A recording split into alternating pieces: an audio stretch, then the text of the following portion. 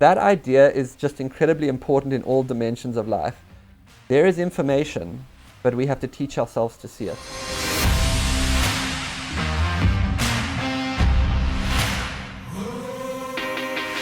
Before we begin today's episode, I wanted to ask you a question. If building a personal brand is such a pivotal part of our business success, why do so many of us find it so uncomfortable? The reality is, attention has become the most scarce commodity. And if you can't grab the attention of your ideal audience or customers, it's game over. So how can you get to be more known, liked, and trusted in your industry if the very idea of putting yourself out there terrifies you, or that you don't want to be spending millions of dollars in marketing each year? The answer is you need to become the spotlight in your industry. Over the years, I've had the pleasure to interview some of the most inspiring, purpose-driven, and successful individuals who've defined success on their own terms. And I've identified 5 principles that they live by. And it turns out that you can absolutely live by these principles too, to help you grow your business, your impact, and your influence. Now, if you'd like to go and take the test, it's free. It takes under 3 minutes, and you can get it at www.becomethespotlight.com. What I love about this is it's going to give you a quick snapshot overview in the 5 different areas of your life, of your business, that you need to improve right now in order to better engage and enroll your ideal customers with your message, your story, and your mission. So if you're tired of being the best kept secret and you want to do it in a way that feels congruent to who you are and how you show up in the world, take the test today. www.becomethespotlight.com. I can't wait to see what results you get. Hi, and welcome to the Unconventionalists podcast. I'm your host, Mark Leruste, and this is a show about what it's really like to turn your message into movement, where I get to sit down in each episode across an inspiring guest to hear more about their journeys, the ups and the downs, and the lessons learned from both. Today's conversation is a powerful one and a word of warning. We talk about some uncomfortable conversations, some sensitive topics such as childhood trauma and child abuse. So please take care of your needs. If this is an episode you want to skip, that's totally cool. Or you may want to wear some headphones and listen to this when the kids are out of the room. That being said, I am extremely honored and humbled to introduce you to Boyd Varty, who is the author of The Lion's Tracker's Guide to Life. And he is a South African-born healer. I mean, that's the only word I could use, who turned his skills from tracking lions to tracking our own life paths. And we dove deep into the subject of how do we express our true authentic selves, what gets in the way, whether that's from social paradigms telling us of what success should be, to how do we identify our actual life track, what are some of the tools and some signals, and how the space and everyone's giving us clues. So it's a powerful conversation. You won't want to miss this. You'll definitely want to take some notes, so get your notebooks out. But we also hear about the incredible story of how Boyd's family healed the land on which they built this safari sanctuary to reconnect with nature and animals. And really, it's a metaphor for life. It's a metaphor for us. So if you enjoyed today's conversation, please share it with one friend who needs to hear this. As always, I really appreciate it if you leave a rating and review over on Apple Podcast. It just generally helps spread the word and impact more people. And if you're listening to this over on YouTube or Spotify, you can subscribe to there too. So without further ado, I give you the one and only Boyd Varty.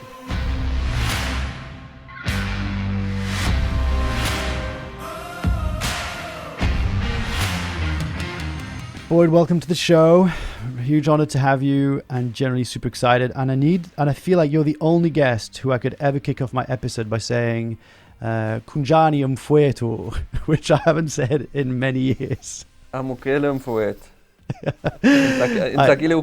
I'm happy to know you. That's very good. Your first Shangaan introduction. Well, I lived in South Africa for 6 months, and it was truly one of the special places I've lived in the world. I've lived in a few places. And I feel, and I don't know if this is something you felt now that you've traveled and you live in the States as well, around the spirits of South Africa and the spirit that happens when you're on the continent.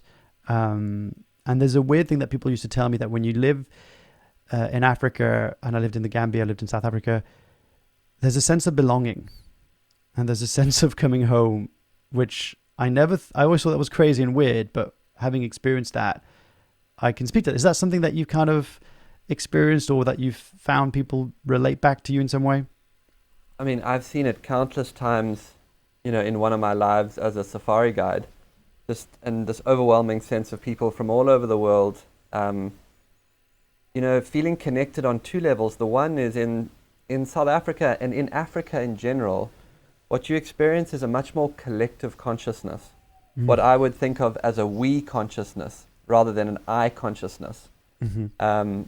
In South Africa, they even have a word for it. There's a term in Southern Africa and all over Africa really that's referred to as Ubuntu. And yes. Ubuntu is the idea when that you do better, I do better, or something like that. I am because of you. Through our interactions with other people, we get to experience the deepest parts of our own humanity. And I've actually sort of expanded that. Africa is one of the places where you can still land somewhere and have encounters with, an incredible plethora of wild animals. And so, I would say that it's not just through other people, but through all encounters with sentient life that we experience ourselves more humanely. And when we feel that, there is a feeling of being more ourselves, and that is a kind of a feeling of coming home. Yeah. I would also say that a lot of the depression and anxiety that we are seeing in modern life now is what I would consider an undiagnosed homesickness for the feeling of being connected and in the state of connection with nature and with each other. And without that, it's hard to know yourself when you don't feel those fundamental ties of what make us human, a connection to a place, connection to the rhythms of a place, and a connection to a community. And as we lose that, we become more anxious and depressed. In Africa, it's built in. The people are all operating in a much more, if you do well, I do well. If you're suffering, I'm suffering, because that's how people grow up, in collective village consciousness. So absolutely. Yeah. And I can speak to that. I remember a friend of mine who was trying to explain to me about when she was growing up in a community in West Africa, around how she could never mess up in front of her uncles and neighbors because everybody acted like her parent. So it was like this idea that it takes a village to raise a child, but it was really this idea that she couldn't hide or get away with anything because everybody would step up and act as if they were her mom or her dad, regardless of bloodline. And that's something that stuck with me, around the sense of community. So look, I've got so much we could talk about. Like, I'm generally super stoked. I heard your conversation on Aubrey Marcus' podcast, and that was thanks to Daniel Nichols, who's been listening to this. He sends out a newsletter with curated shows or podcasts, and you were one of them. He featured you and he was like, this is a show I've listened twice. And I was like, okay, let me check. And I listened to it, and it was just like this incredible mix of storytelling with coming home. And again, it's funny, we started off by coming home as a physical place, but also coming home to self. And I know that this might be painful for you to do again, but I do believe that those who have never heard about you, we would rob the opportunity to get a bit more of an insight into how you ended up being where you are today if we did dive a little bit into your backstory. So if that's cool with you, I'd love to hear a bit more. And one of the beginnings is the story of how your great-great-grandfather ends up buying a destitute place of cattle farm after having a bit too much gin on the spot, and how this lineage then starts your story in some way. So do you want to take us back real quick and give us a little bit more about how that happened? Sure. I mean, I would say that my backstory probably has three threads to it. And the first one is the remarkable impact that this piece of land that I grew up on had on me. And as you said, the story begins in 1926, when my great-grandfather drank too many gins at a tennis party, and he heard about these bankrupt cattle farms that lay in the wild eastern part of South Africa. And the reason the farms were bankrupt is because it was very difficult terrain to run cattle on, and lions were eating the cattle. And so, sight unseen, with a bit of, the wheels a bit greased with gin, he went down to the deeds office and he bought this property. He went there he went there with a friend of his in the June of 1926, and there was a train that ran through the south of the property. They bribed the train driver to stop. They got off, and they walked into the wilderness. And I was, every time I've heard that story, from the time I heard it when I was young, I've been interested in the impulse that something in him, when everyone said that's bankrupt, wild place, something in him said, that's where I want to go. And he went there in the winter months because of malaria, and it was out in the middle of nowhere. And they went to hunt lions. And my great-grandfather hunted lions there. My grandfather grew up hunting lions there. And my father and uncle grew up hunting lions there. At that time, in those days, that was the mentality and the consciousness of the time. And there were animals there, and the way it's described to me is there were animals there, but you didn't see them, because a lot of the property was eye-high scrub. When the cattle had overgrazed the land, almost to protect itself, had sent up this scrub. So animals were there, but you didn't see them, and if you saw a lion or a leopard, it was desperately trying to get away from you because they had been hunted. So for 3 generations, that's what happened. And then my grandfather died very suddenly in 1969, and my father and uncle were 15 and 16. And in the wake of... They were that young. They were when very I heard you tell young. the story, I didn't realize how young they were. Because I remember you saying the story that they left this disputed place and they had to make a decision whether they sell or they keep. I didn't realize they were that young. They're incredibly young. And in the wake of the loss of their father, there was a gathering in Johannesburg. All the family advisors came, and captains of industry said to my grandmother and these 2 teenage boys, step 1, you got to get rid of that place. It's in the middle of nowhere. Hunting lions is a dangerous pastime. It's going to drain your money. Get rid of it. And my father, as a 15-year-old, stood up, and again, from this place that I'm fascinated by, somewhere deep inside of him, he said, we're going to keep that place.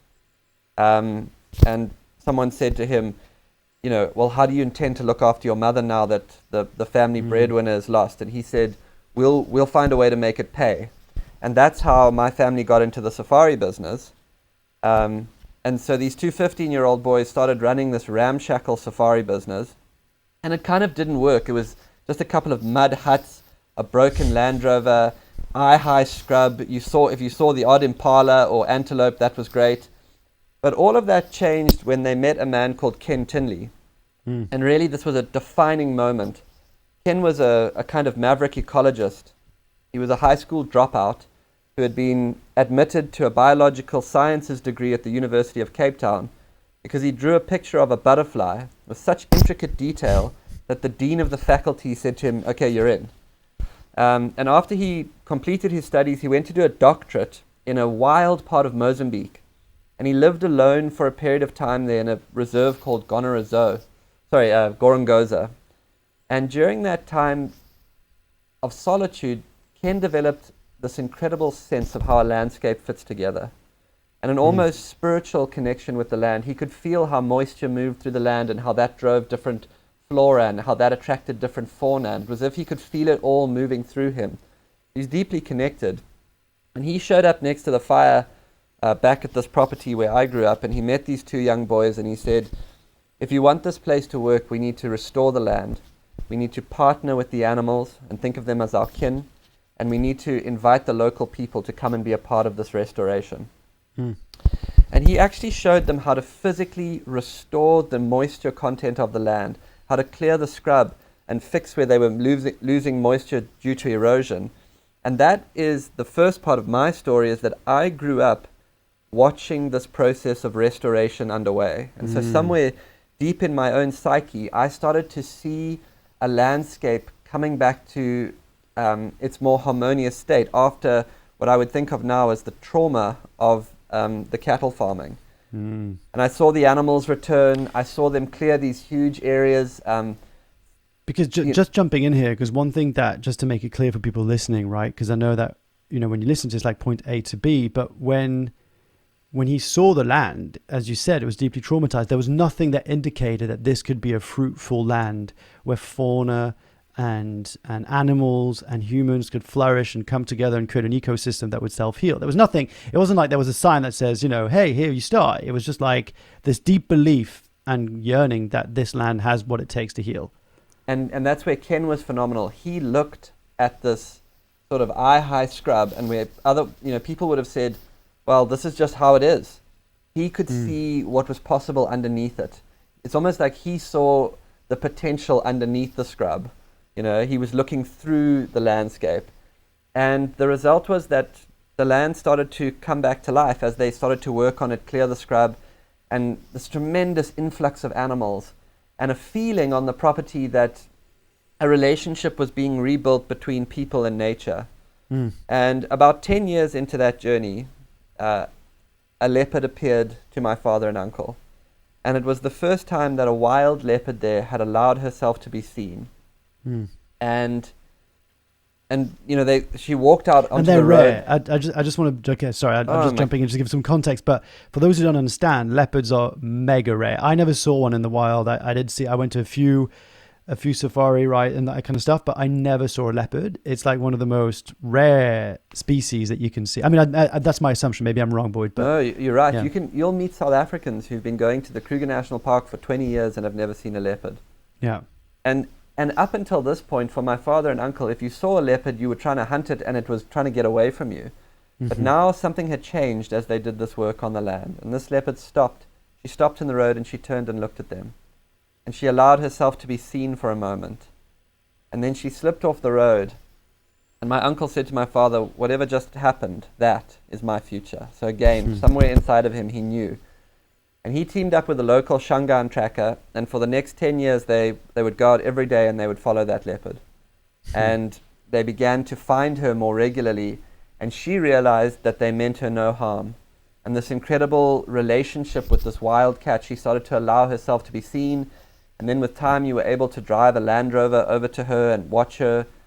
And that was the beginning of a huge release of energy, because word got out that Londolozi, this property, was a place you could go to see wild leopards. And that just gave the place incredible momentum, and suddenly the safari business just took off. Yeah, and what a metaphor for life. You know, like as I hear you say this, I can't help but be touched and think, how many of us walk around as a rugged, traumatized piece of land that has all these kind of wild animals inside of us yearning to be seen and feel safe, but haven't yet come across either the guide or the permission to, you know. And I heard you once say, your healed trauma becomes your medicine.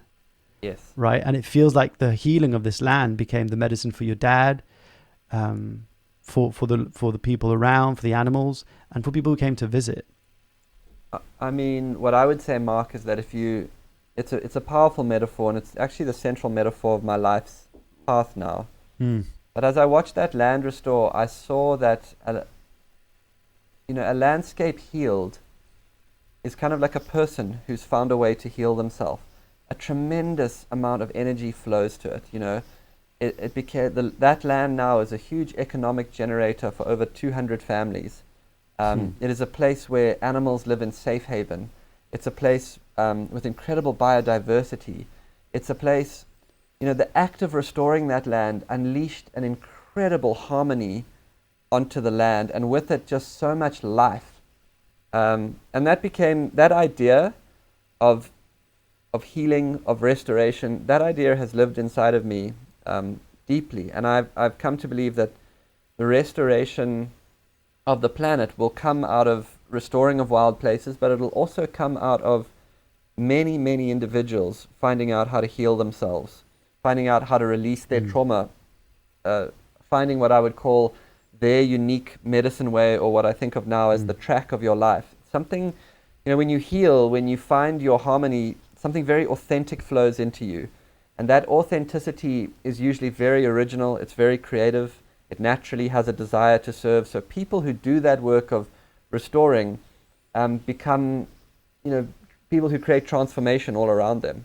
And so and you were on your own journey, right? Because from what I could understand, as a young boy, you trained and grew up on the land and were brought into the arts of tracking and understanding how to read the field. And that's something I thought was really brilliant about when you talk about understanding how to read the field, because the field is always speaking. The field is always talking, whether you see it or not.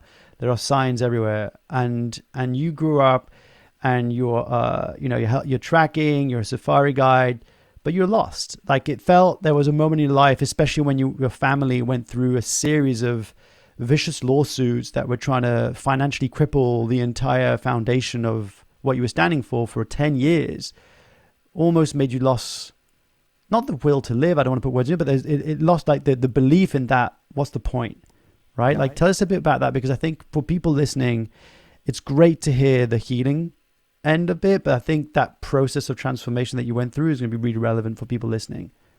Sure. I mean, so now we're moving on to some of the other threads of this story. You know, the first was this incredible land restoration.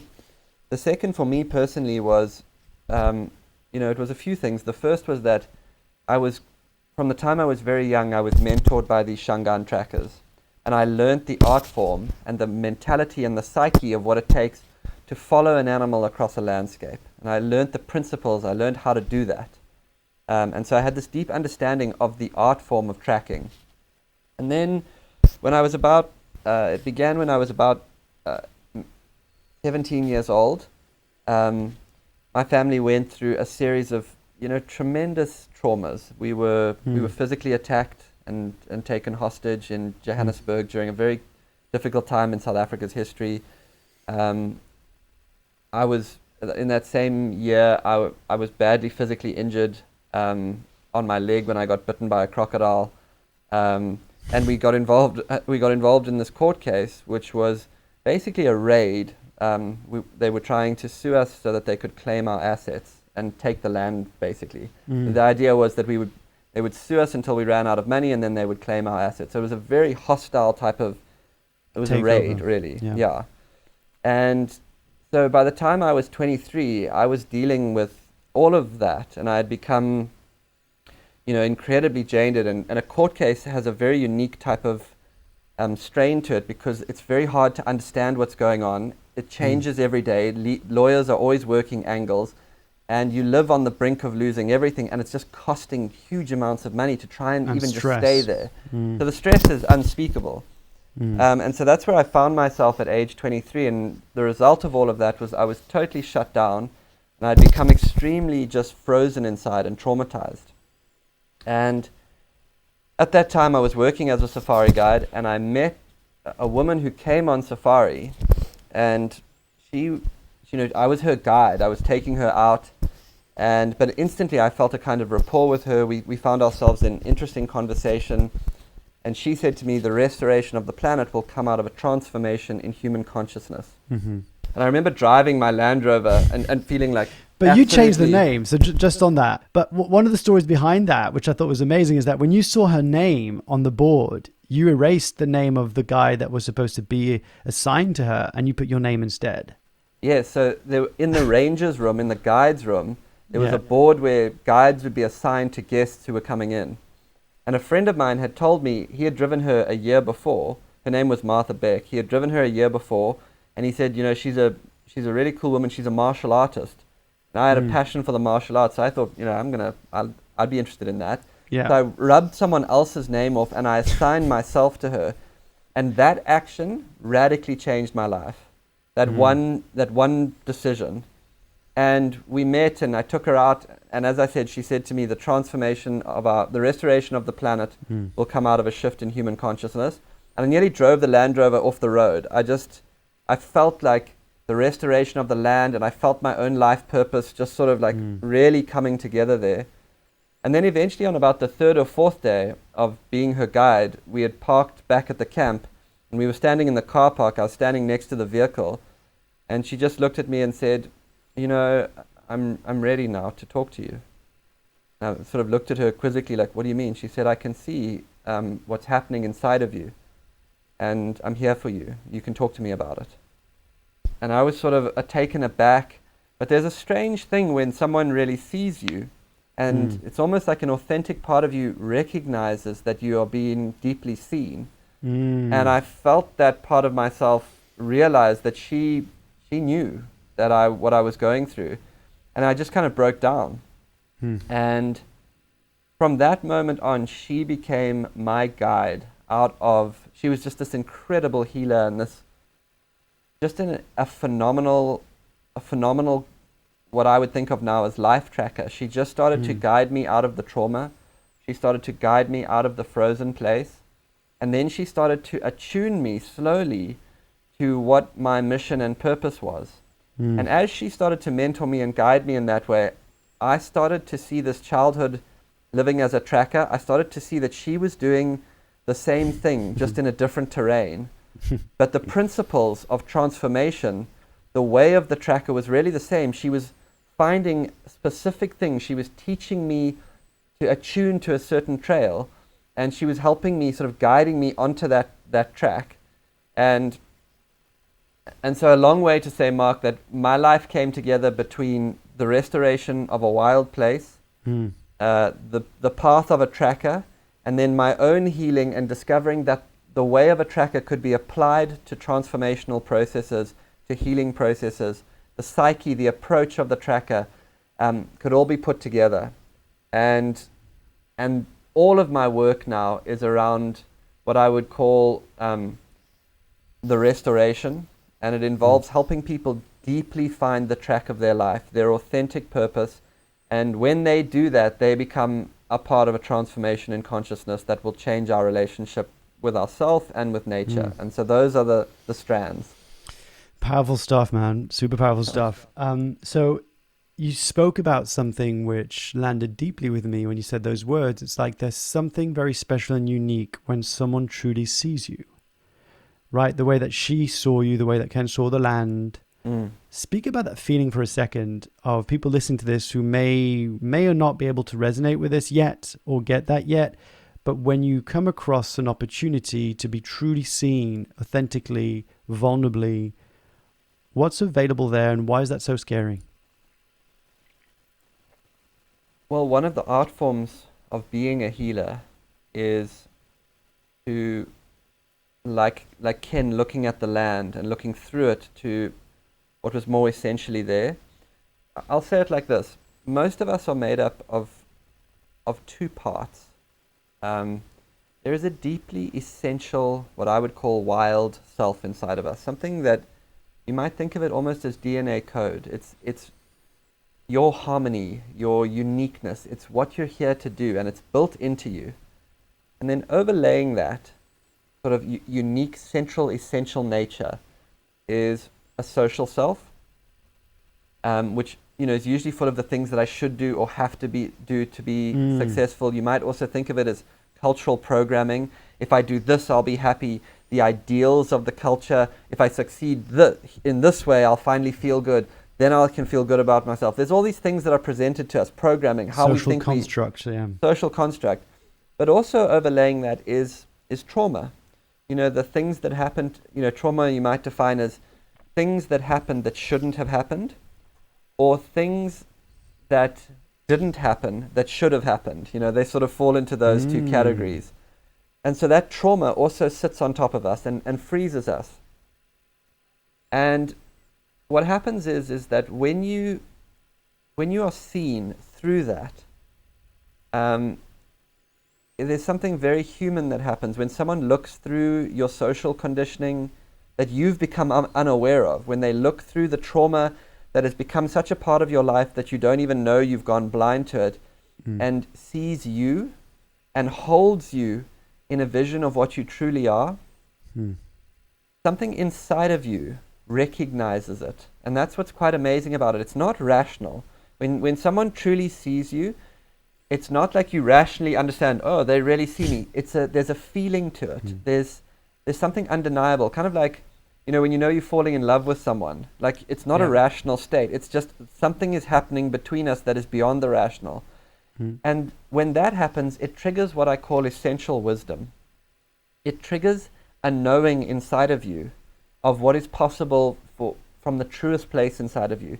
And just touching that, it's almost like a wave gets set off, that once that happens, it becomes very, very hard to maintain your illusions of social and patterned, what I would call patterned self, And so that's sort of the dynamic of it.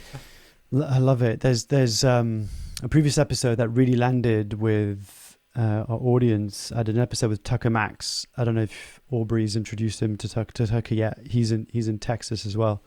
And we talked a lot about childhood trauma. And there's two things to this part. One of them is I heard you talk about, and this is someone who trained you, who taught you into this gift of medicine, was around you could, and I don't know if this, I'm putting words in your mouth. So again, I don't want to say things if it's not the case. But I think I heard you say almost that from the way that someone laughs, the way that someone moves, talks, interacts, as a line tracker, right? Like you could track certain signs. When it comes down to humans, we give off signals all the time about maybe our trauma, maybe what we're most afraid of, what we're most afraid for the world to see. Is that something that I picked up that you said that was correct? Is that something that you kind of seen, that you can tell from people when you walk into a room around, well, I can see some of the patterns that are happening here? Yeah, so what I would say, just to give people context, is, as I went through my own healing, my life as a tracker, as an animal tracker, and the awarenesses that I had developed, I started to apply them to transformational processes. And I started to do, hundreds and hundreds of transformational processes. I started working in ceremonial spaces. I started working alongside a very, very talented medicine man. I worked alongside my first mentor, this woman, Martha. And as I started to run, many of these processes, hundreds of them, and then thousands of them, you started to be able to see that patterning that I'm talking about. You started to really get a sense of that. And you started to quickly work out how to help people go underneath that to that more essential place. But you're 100% right. One of the ways that it is said is the body keeps the score. We hold everything we've been through. We hold it as psychological defense. We hold it in our body. We hold it in our outlook. And, quite quickly, if you do this work a lot, you will start to see very specific, you can start to see things in the way people are approaching things, are talking about things, the way they hold themselves, the way they energetically present themselves, the tone and frequency of voice. It's all there. I would say it like this. If you came to South Africa, Mark, and we went out tracking, let's say we were on the track of a rhino. I'm gonna show you the track, and slowly you're gonna start to pick out signs as your eye starts to become attuned to the very specific footprint of a rhino. I'm gonna show you characteristics, and at first you're not gonna see anything, and then slowly you're gonna start to pick out some of those strange shapes, and then soon your eye is gonna say, like, okay, that type of compression, that shape, that's what I'm looking for. You're learning. And then over a few days, you're going to be able to start to track a rhino. Whereas at first, it's going to be like, I'm going to point. It's just mud. I'm going to point it out to you, and you're going to be like, what am I looking at? It's exactly that. That idea is just incredibly important in all dimensions of life. There is information, but we have to teach ourselves to see it. And in hundreds of hours of ceremonies, I have taught myself to see very specifically what people are carrying, what they're holding. And then as a healer, my job is to start to bring awareness to what they're holding that they don't know they're holding, and to start to create a dynamic where they can come more into balance.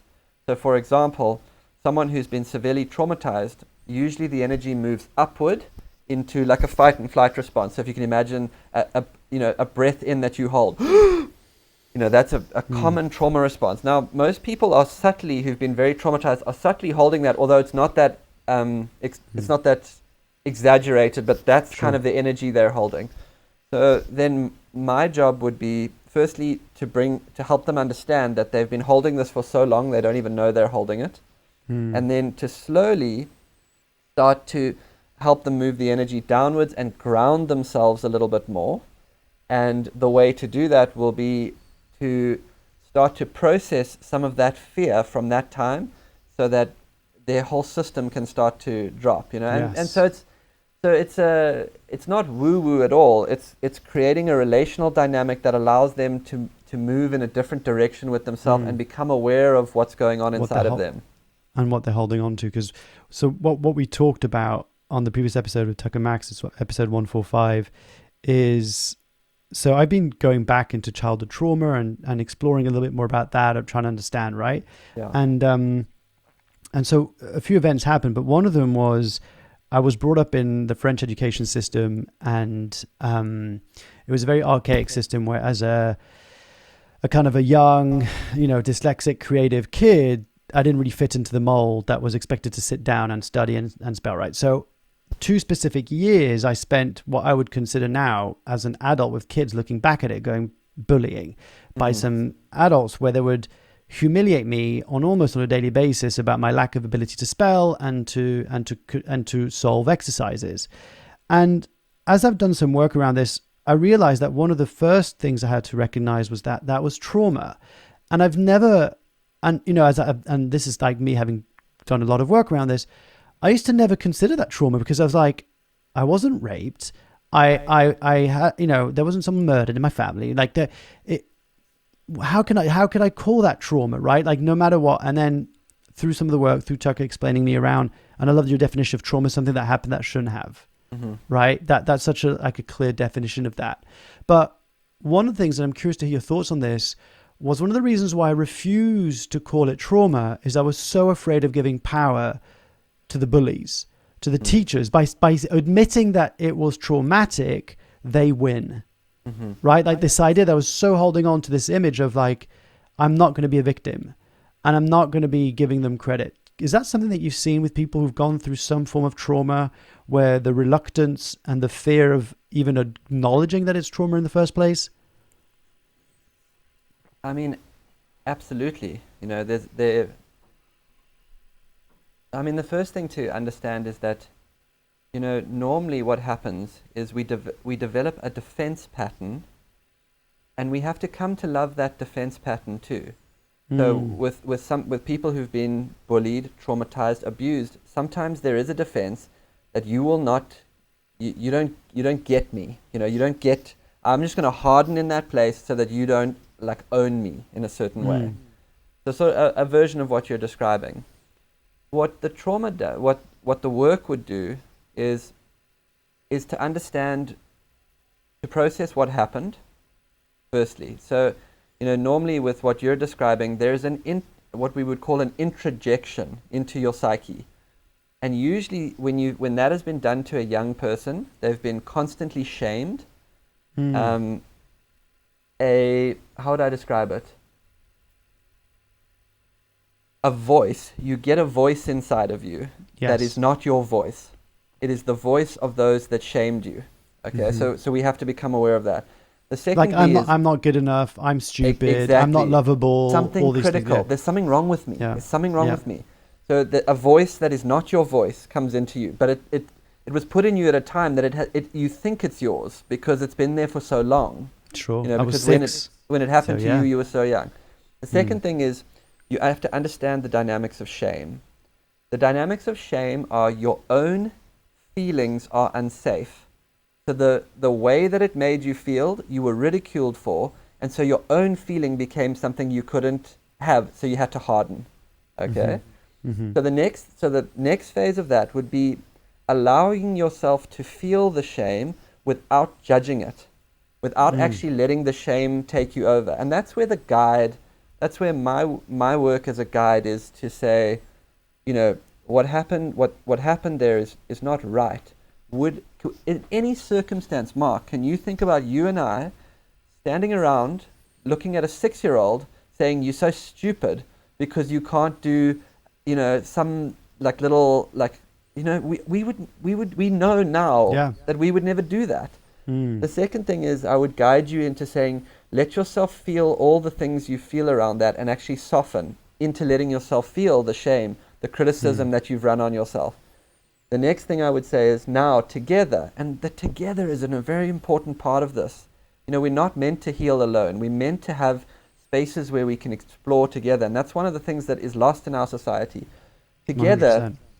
Let's recast this and understand that you can soften into allowing it to be true what happened to you without any of that being shameful, and without you even needing to be hardened as a defense against that shame.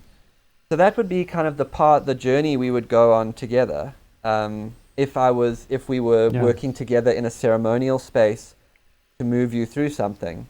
And then what would happen is every time that voice came up that said, you're not good enough, or, you would be able, at first it had just been a voice in your head. Now suddenly you would be saying, there is that voice that was introjected into my psyche. Just that. Now you have an awareness that that's not me. That's something that happened that is creating a reaction inside of me. And that's how we create space. And over time, as we watch more of those things, when we watch them with love, when we become aware of them with compassion, they start to go, and a more open, clear self it takes its place. Yeah. We'll get back to our conversation in just 1 minute. I really want to emphasize the power of the 5 principles of becoming the spotlight in your industry that I've identified over the years of dissecting and distilling the conversations I've had with some of the most inspiring and purpose-driven people who've defined success on their own terms. And I used to only make this available to my private clients in my community and my group coaching, etc. programs. But I'm now making that available to you because I really believe that if you can see where the problem is, you can improve it. So if you want to benchmark and see your ability to stand out and make an impact with your story, your message and mission, head over to www.becomethespotlight.com and fill out the quick questions. It'll take you 3 minutes. It's free, and it's going to give you a snapshot overview of where you are in your business and your ability to influence, impact those who matter most to you. It's free. It takes under 3 minutes, and it's available at www.becomethespotlight.com. Now let's get back to that conversation. No, it's amazing what you're talking to, because that's exactly right. It's kind of like I realized recently that as a 36-year-old man, I was walking around as a wounded 6-year-old, right? Like basically the way that I showed up in the world, where I became an overachiever and I kept on doing a million things and won awards and accolades and blah, blah, blah, was to prove to the world that I'm enough. Yes. And that I'm lovable, right? And this fundamental truth that I am lovable, not because of what I do, but because of who I am, has never really deeply inserted. But I know that people listening to this will recognize themselves in some of that pattern around love what you said. First, acknowledge what it was, then go with compassion, love, and hold it, and have a space in which you can be guided so that you can start metacognition around it, saying, hey, this isn't actually the reality of just you. It's what happened. But then there's another level, and I'm curious to your thoughts on this. This is still something that I'm unpacking and dealing with, but it's like another form of trauma, which is when you struggle to even figure out what it was, or you struggle to even put a label on it. If that can I share with you something? Is that okay? Yeah. So just a heads up, anybody listening to this, we're about to talk about some sensitive topics that includes children, and that can be disturbing. So please take care of your needs. So this is something that recently resurfaced, and I had never really thought about. I never talked about it. I think this is the first time I ever talk about it publicly. And I don't really remember how it came about, me talking about it the first time. I think it might have been around Me Too. It might have been around my mum's friend who started talking about her neighbor's son. And I said, oh yeah, that reminds me. So when I was around 5, 6, elder 7, right around that time, I was sitting on the swing with my best mate, Naomi, and we were in her garden. And I remember, it's really weird, and you probably recognize this with people telling you different events. Probably you also in your life, right? When you had that trauma in Johannesburg when you were attacked. So I remember very specific details, but then I don't remember anything else. Like I don't remember where we were, like the day, what happened before, what happened after. So we're on a swing, and this man comes up, and I remember, again, vaguely, so this man comes behind me, and at first starts pushing me on this swing, but Naomi didn't seem alarmed by who this man was. I had never really seen him before. And before you knew it, he started putting his hands on me and starting kissing me inappropriately and telling me things like, I know your father, I know your dad. I knew he didn't because I'd never seen him in my life. He's like, I know your dad, and trying to touch me in different places, kissing me. And again, I don't remember in intrinsic detail, like what he was wearing, what he smelled like, what the voice was, but I remember the internal feeling. Mm-hmm. I remember the internal compass saying, this is wrong. Mm-hmm. This is not okay. And all I remember doing is grabbing Naomi's hand and getting out of there. Mm-hmm. I never thought about this. Never. I never thought about it, never talked about it, never told anyone. And if you knew me, I was the kind of kid that had a big mouth and talked about everything. So when this resurfaced, I kind of thought, I was like, well, that's nothing. It's nothing because nothing happened. He didn't get my willy out. He didn't put his willy in my mouth. Like there was no like traumatic event. And I just struggled to put a label on it. And I'm just wondering, just to land the learning for people listening, when people go through an event like that, where they're struggling to even put a label on what it was, where they're even struggling to put what it actually means to them, what's a way that they can start exploring what that trauma might mean, how it might have showed up? Because the only time I ever connected to it was when a therapist told me, imagine that was your daughter on the swing, my 3-year-old daughter. And I just burst, and even now I can feel it connecting, right? Burst into tears. Yeah. Like, that's not okay. It's wrong. So I hope that was okay for me to share. I'm just curious to land the learning around, like, how do we actually put labels when we can't even label trauma ourselves? Well, I mean, just what you've done now is the way we start to work with it. You know, because it's confusing. You know, when we have a situation like the one you've just described, you know, there's something. What I hear in it is a strange, a strange double state starts to happen, which is very common when something traumatic is happening. The first is a kind of acuity of a memory in certain ways. You know, like Naomi's hand. There's certain memory acuity. Yes. But at the same time, there's also a dissociation. So there's you know, there's sort of two things happening, which something in you has caught this and held it, and so that's the first thing that I'm aware of as you talk to me. The second thing is that you don't have to fully understand it right now. You know, just the way that we start to do this is we start to unpack this together. As you talk to me, it's very clear to me that whatever was going on that day was incredibly inappropriate. You know, and that's the first place that I would go is you know, for a strange man to come up and put his hands on you, that is completely inappropriate. So that needs to be acknowledged. And he turned out to, by the way, one thing I forgot to say is that he was the son's neighbor who was also the babysitter of Naomi and her brother, and he turned out to be a pedophile. Like, the dad came over one day and like years later saying, do not go anywhere near my son. We've unfortunately just found out he's a pedophile. And so that was just an extra layer of like, oh, a pedophile laid his hands on me and it could have been much worse. Yes. Right. So that was just like an extra layer on it. Yeah. So, you know, the way that anyone would work with it, and because people do have confusing, repressed memories, people do have things that happen that they're uncertain about. Yes. Did I make it up? Did that really happen? Was it? Yeah. You know, and really what matters is for you to have a space where you can talk about it, have a place to simply unpack it, to be witnessed in that place, to receive support in someone helping you work it out. Like, you know, me saying to you, that's certainly inappropriate. You know, I know enough, and I've had enough encounters with that type of thing to know that is not appropriate. So sometimes, and you know, listeners might be like, obviously it's not appropriate, but if you've been inside of it and something has happened to you, you can be confused about what happened. I used to make jokes about, like, 100% what you're saying, and you know, from the emotional spectrum, from pain to laughter often sit together, right? Yeah. And so I used to almost say it as a joke to the very few people I ever saw. I was like, oh yeah, and this weirdo just started putting his hands on me and touching my nipples and touching me and kissing me, and it was really weird. But I used to make, and I think the reason why I'm mentioning all this is also the idea of dissociation.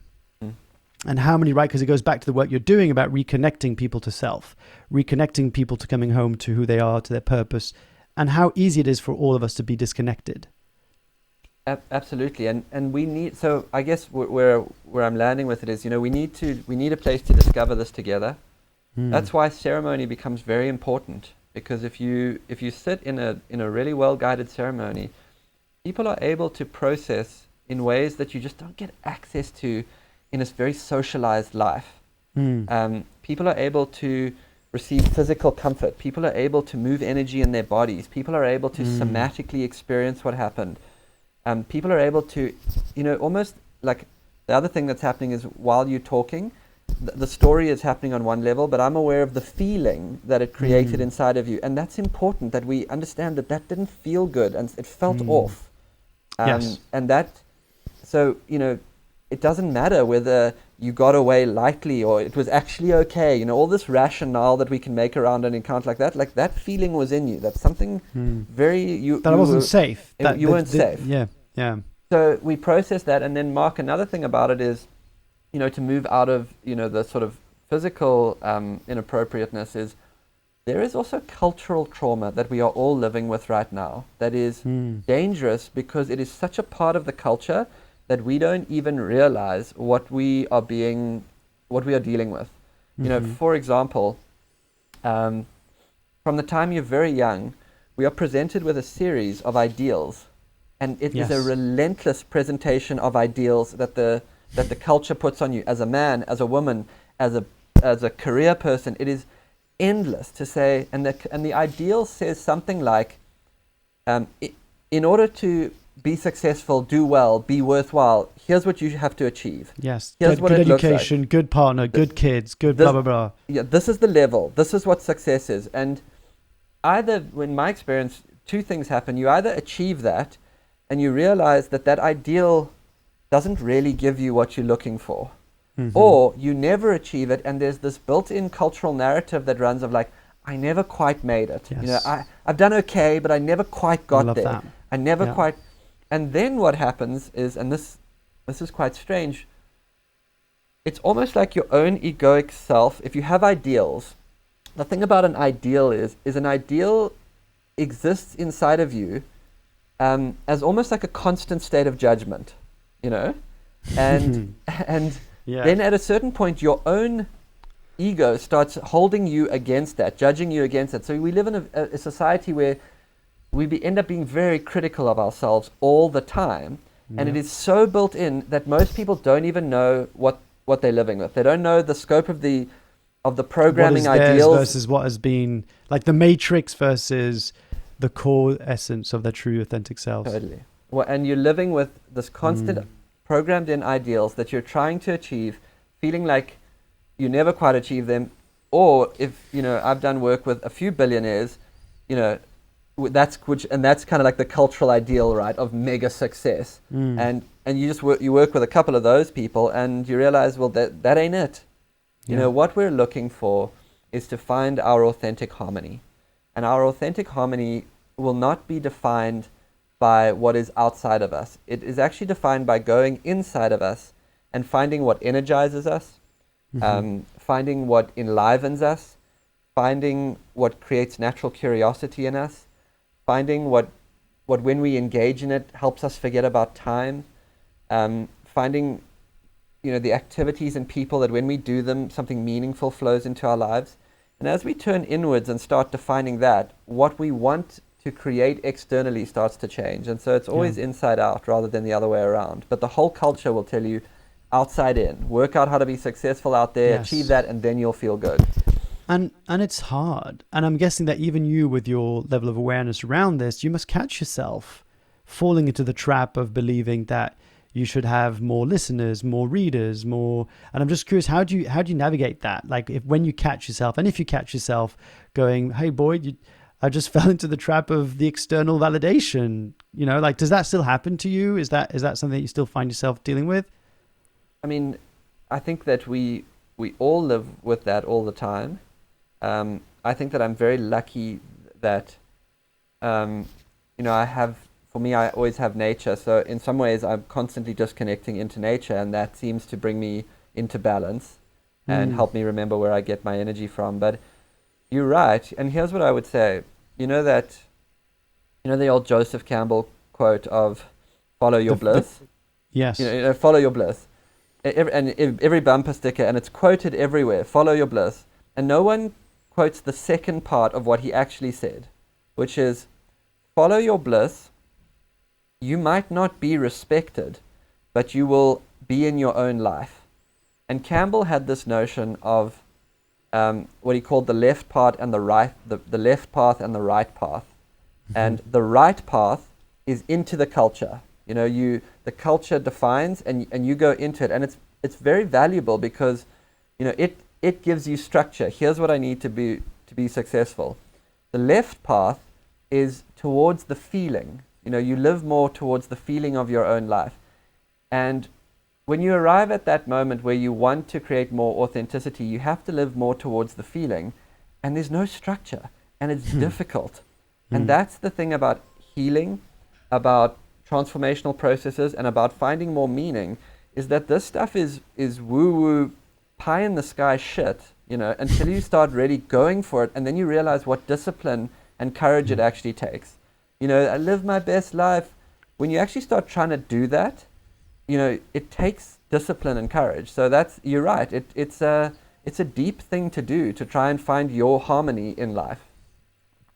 Amen to that, and so much more. I think when I heard you talk about the way that you would get up in the morning and know that your ability to track an animal would actually impact the whole community and the survivorship of people around, and that fear of going out there with an intention of we should and need and must find an animal, with also the ability to know that it may not happen, and this courage that it takes to go into the wild and to walk into the unknown with, you hear a cry, you hear a shout, you hear a roar, and you go, it may be next to this pond or it may not, but we're going to go there and we're going to keep, I loved you talking about that, and I'll put it in the show notes when you talked about these stories about, how long do you pursue a track before you say it's dead or we got to go back, right? And how much that is a metaphor for people in their life saying, but Boyd, I've tried, right? I've tried, and it just didn't work out. So I might as well just go back and conform to the life I was told I was supposed to have. Is that something that you can also relate to? I mean, I relate everything to tracking, and all transformational processes to tracking. And so exactly what you're saying, all tracking begins in a very strange way where we know as trackers that there are animals out there, but we don't know where they are. We don't know where they're moving. We don't know if we'll find tracks. We have no idea what the day holds for us. And the beginning, the first movement of all tracking, and if you watch a tracker, what they program into themselves is the capacity to begin without knowing. Every day they set off and hold a total unknown space of what might happen. And so what I started to see is in transformational processes, all transformational processes begin when we say, I know I want change, but I have no idea how that works. And actually becoming, or what that is, and actually becoming comfortable inside of not knowing. I've coached hundreds of people who, especially in the work and career space, who have said, well, when I know exactly what the next move for me is, then I'll go for it. And in my experience, the discovery of the authentic life, it doesn't work like that. You have to make the space to not know and sit in that like a tracker. So go without knowing is always the first movement. The second part is you're going to need to develop track awareness, what we were talking about earlier. You have to teach yourself to see. You have to understand that there's information out there, but like a tracker, you have to start to tune into very specific signs and very specific, as a tracker, it's scuff marks, pug marks, the way a foot falls on the ground. But if you're in a transformational process, what I would say is you have to start to tuning into what makes you feel alive, what energizes you, the things that make you forget about time, what you're naturally curious about, yes, the people who make you feel expansive, how your body reacts in certain situations. If you're in a situation and you constantly feel yourself feeling constricted in your body, that's your body talking to you. If you hang out with certain people and you feel like literally an energetic expansive in your body, that's something to pay attention to. You're going to need constant what I would call first tracks. First tracks, if you're out with a tracker and you're tracking a lion, for example, you'll get, the lion could be anywhere in a vast wilderness. But if we have a first track, we have a beginning point, and then we have a next first track, and then a next first track. And so what I say to people in transformational processes is just work on the first track, and then the next first track, and then the next first track. You just need to know the next smallest thing you can do towards that feels a little better, that feels a little more alive, a little more expansive, because usually the whole path is not given to us. And maybe I'll tell a story here, Mark, about a story that Please. I just read. that goes to really where we began around the idea of homing. Transformational processes, or finding the track of your life or your authentic life, it is a process of becoming, and it is a process of homing. It is not like I know exactly what I'm going to be and then I arrive there. Like slowly you start to move towards it, and that's why tracking became such a powerful metaphor, because it's you do this and then that leads you to this and then that leads you to this. I recently read a story about a native boy. This was a story that was written in the late 1800s by an anthropologist. A young native boy is kidnapped from his home, and which is on a piece of land. They blindfold him, and they take him by circuitous route, a journey of about 200 miles, on a train, then on a vehicle, and that journey ends about 60 kilometers or 60 miles from where he was originally kidnapped, but hidden by a mountain range. Sometime during the night, the boy escapes, and the next day when they track him, they find that he walks on an almost direct route back to his home through the mountains, and he's never left his home before. And when they find him, they say to him, how did you find your way home? And he just keeps repeating the refrain, I did not know where my home was. I wanted to go home. And the way that this anthropologist described it is, he said the boy was engaged in purposeful action towards an unknown purpose. And that's such a radical idea to me. He is walking, he has no idea where his home is, but something in him is walking himself home. And that is the capacity for homing. And so what I'm saying to people is, you don't know rationally what the full expression of your authentic life is, but something in you knows moment to moment what the next thing to do is. And part of where you'll trip yourself up is by trying to fully define, when I get here, then I'll feel good. Instead of being present and, like a tracker, just working on the next track that you know to have, and doing the next subtle thing that feels a little more energizing, a little more joyful, a little more curious. And when you commit to that daily, over time, suddenly your life starts to change. That's my monologue. That's my diatribe on homing. Boy, thank you so much. I love that. And I think, it's kind of follow the breadcrumbs. It's kind of what I used to explain to people is, don't focus on what the end result will be, because if you're attached to what the final outcome will be, you'll miss the life that you were meant to have. Like there's almost like you need to kill this idea of who you need to be in order to become what is deep inside of you, yearning to be expressed. So I love that. And I'm also conscious of time, so I want to be respectful.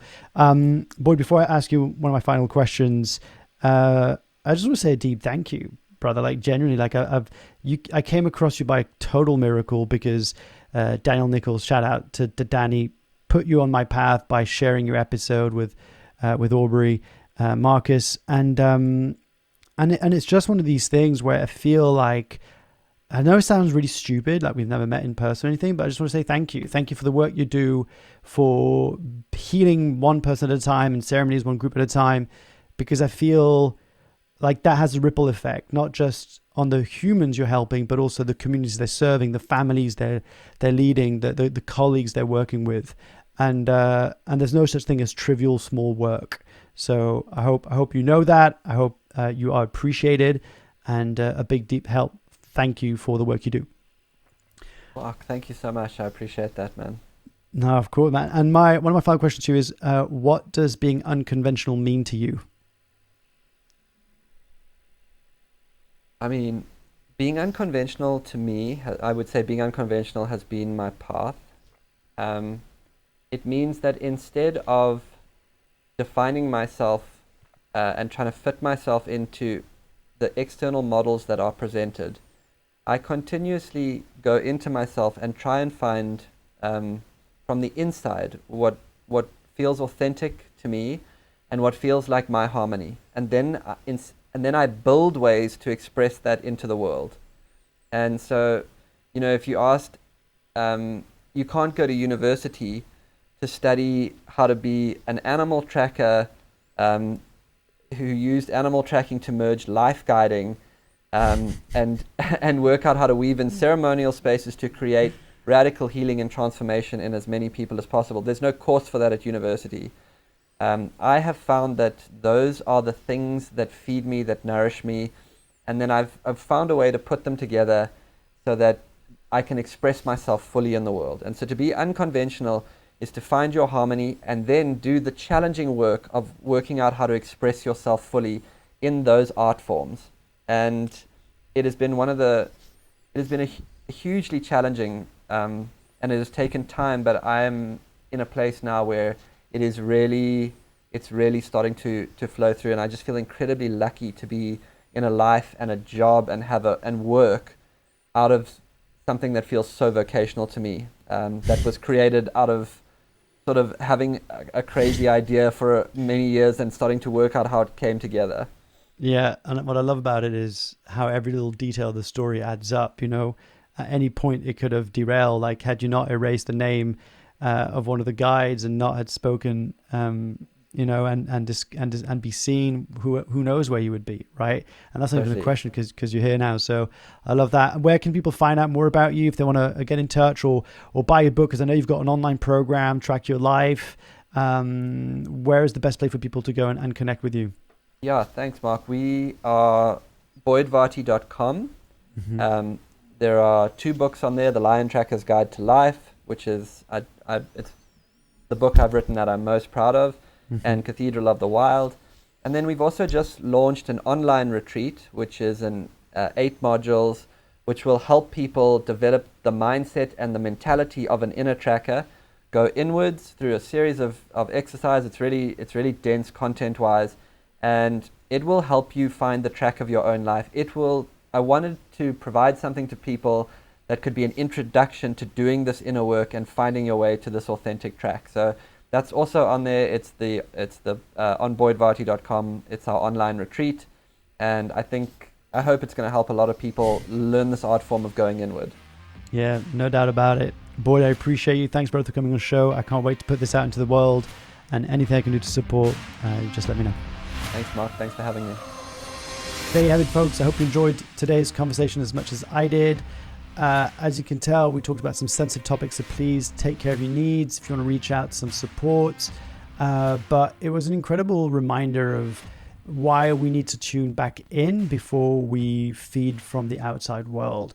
How actually what our soul yearns for doesn't come from distraction and noise and accolades and achievements, but rather on what we're yearning and what we're hungry and curious for.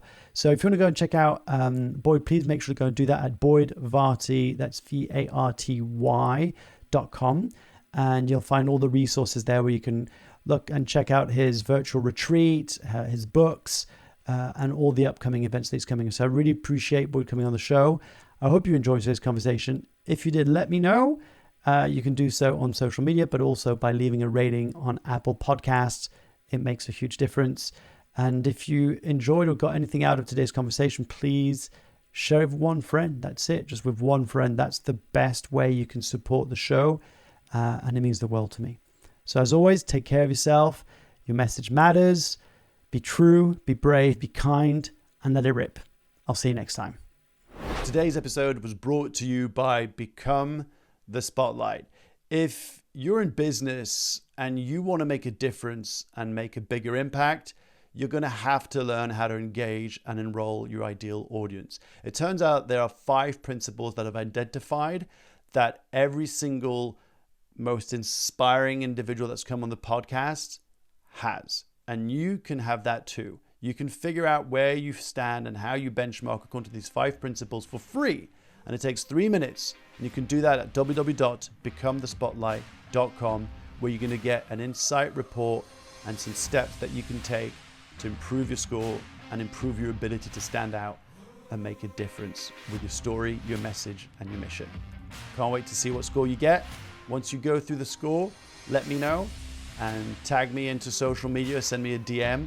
I really can't wait to see what you get. And more importantly, let's see what we can do to help you get an even higher number.